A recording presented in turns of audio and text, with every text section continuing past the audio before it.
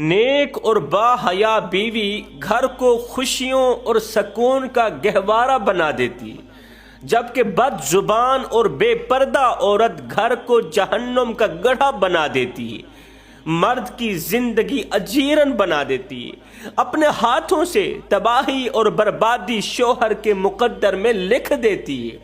شیخ Saadi رحمت اللہ تعالی علیہ فرماتے ہیں اگر کسی متقی شخص کو نیک بیوی مل جائے، اگر نیک شخص کو نیک بیوی مل جائے تو گویا اسے بادشاہی مل گئی۔ جس شخص کو نیک اور باحیا بیوی مل جائے تو وہ یوں سمجھے کہ اسے بادشاہی مل گئی ہے۔ اسے کہہ دو اپنے دروازے پر نکارہ بجوائے کہ اگر سارے دن کی محنت کے بعد، سارے دن کی تھکاوٹ کے بعد رات کو نیک بیوی میسر آ جائے، سارے دن کی تھکاوٹ کے بعد اگر رات کو نیک بیوی میسر آ جائے تو اس سے بڑا خوش نصیب کون ہوگا؟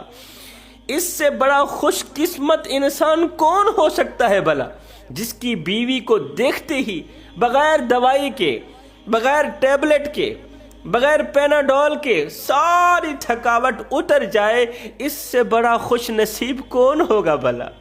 بیوی کی طرف سے گھر کا آباد ہونا، بیوی کی طرف سے شوہر کو محبت اور پیار اور عزت ملنا، یہ انسان پر اللہ تعالیٰ کا خصوصی فضل ہے، خصوصی فضل ہے۔ انسان کو اللہ تعالیٰ کا لاکھ لاکھ شکر ادا کرنا چاہیے کہ اللہ تعالیٰ نے ایسے انسان کو نیک اور متقی باحیا بیوی عطا کی ہے۔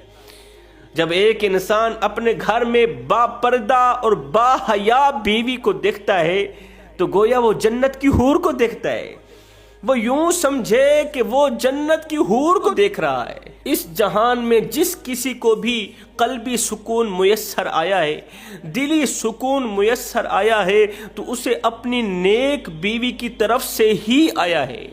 بیوی نے ہی انسان کو راحت پہنچائی، نیک بیوی ہی انسان کو سکون پہنچاتی ہے، راحت پہنچاتی ہے، انسان کے سکون کا ذریعہ بنتی ہے۔ اگر بیوی نیک ہو، خوش گفتار ہو تو پھر اس بات کی پرواہ مت کرو کہ وہ خوبصورت ہے یا بدصورت ہے۔ خوش اخلاق اور نیک بیوی بد کردار حسین و جمیل بیوی سے لاکھوں درجے بہتر ہے۔ خوش اخلاق، باحیا، با پردہ اور نیک بیوی ایک گنہگار، بدکار، سیاہکار، بے پردہ حسین و جمیل بیوی سے لاکھوں درجے بہتر ہے۔ کسی بھی عورت کی بدصورتی کو اس کے عمدہ اخلاق چھپا لیتے ہیں۔ کوئی بھی عورت ہو، اس کے اندر جتنی بھی بدصورتی ہو، اس کا چہرہ جتنا بھی کالا ہو، بدصورت ہو، اس کے اندر کے جو عمدہ اچھے اخلاق ہوتے ہیں نا، وہ چھپا لیتے ہیں۔ رسول اللہ صلی اللہ علیہ وسلم کے پاس ایک شخص آیا، کہنے لگا یا رسول اللہ، میرے محلے میں ایک عورت رہتی ہے، وہ نماز بھی پڑھتی ہے، قرآن بھی پڑھتی ہے، تہجد بھی پڑھتی ہے، روزے بھی رکھتی ہے، لیکن اس کا اخلاق اچھا نہیں۔ میرے نبی نے فرمایا اس کی عبادت کسی خاطر کے نہیں، کسی کام کی نہیں، اگر اس کے اخلاق اچھے نہیں، اگر اس کے اخلاق اچھے نہیں ہیں، وہ کسی کام کی نہیں، کسی خاطر کی نہیں۔ وہ لاکھ نمازیں پڑھتی رہے، قبلہ وہ لاکھ تہجد گزار ہو، اس کی تہجد اس کے منہ پہ مار کے رکھ دی جائے گی۔ اس لیے کہتے ہیں کسی بھی عورت کی بدصورتی کو اس کے عمدہ اخلاق چھپا لیتے ہیں۔ وہ اپنے شوہر کے ساتھ کڑوی چیز کو بھی حلوہ سمجھ کر کھا لیتی ہے۔ نیک بیوی، متقی پرہیزگار بیوی اپنے شوہر کے ساتھ کڑوی چیز کو بھی حلوہ سمجھ کر کھا لیتی ہے، اور جو بیوی میٹھے حلوے کو بھی زہر سمجھ کر کھائے، اس سے برا کون ہو سکتا ہے بھلا؟ ایسی بیوی سے برا کوئی نہیں ہو سکتا۔